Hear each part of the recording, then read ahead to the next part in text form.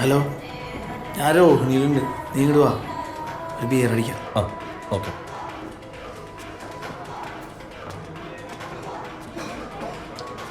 വാവയല്ലേ? അതെ, പുറത്തൊരാൾ വന്നിട്ട് വെയിറ്റ് ചെയ്യുന്നുണ്ട്. ആ കാറിൻ്റെ അടുത്തേക്കൊന്ന് വരും. എന്താണ്? നിങ്ങൾക്ക് അറിയാവുന്ന ഒരാളാ, വണ്ടിക്കകത്തുണ്ട്. ഒന്ന് വരും. അതെ എടോ, ഇതൊന്ന് നോക്ക്, ഞാൻ പുറത്തെടുക്കാം. ശരി സാർ. അടുത്തുണ്ട്, വെളി തന്നെ ഉണ്ട്. ഇതിലെ എവിടെ? വണ്ടിക്കകത്തുണ്ട്. എന്താ കാര്യം?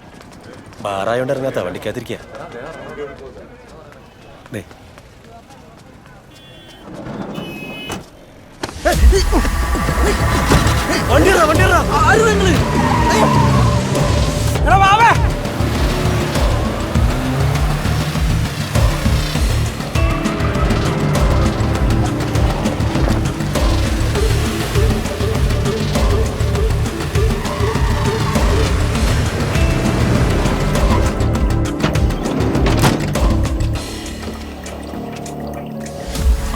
കേറി വാവാവേ, പേടിച്ചു പോയി.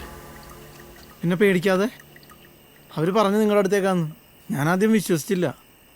എന്നോടൊന്ന് പറഞ്ഞാൽ പോരെ, എന്തിനാ ഈ നാടകം? വിളിച്ചാ വരുമെന്നറിയാം, എന്നാലും അതല്ലല്ലോ. ചില കാര്യങ്ങൾ നീ അറിയാനുണ്ട്. നമ്മുടെ ടൗണാണ്, ആളും ബഹളമൊക്കെ ഉണ്ട്.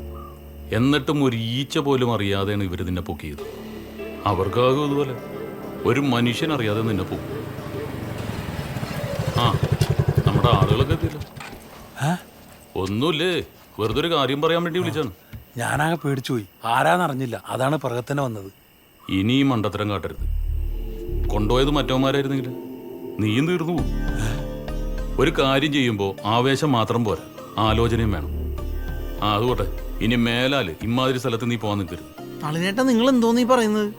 എനിക്ക് വീടും പൂട്ടി അതിൻ്റെ അകത്ത് ഇരിക്കാൻ പറ്റുമോ? വീട് പൂട്ടിയിരിക്കണ്ട, പക്ഷെ നീ ബാറി പോകരുത്. സംഘടനയുടെ ഉത്തരവാദിത്തപ്പെട്ട ഒരാളാണ് നീ. നാളെ നിനക്ക് പലതും ചെയ്യാനുണ്ട്. സമുദായത്തിന്റെ ആദർശം നമ്മളായിട്ട് കളയരുത്.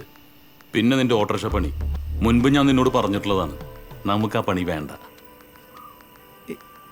ഇതേതാ ഈ വീട്? ഇതും നമ്മുടെ ഒരു വീടാണ്. ഞാൻ ഇറങ്ങുക, എനിക്ക് പോയാൽ ബൈക്ക് എടുക്കണം.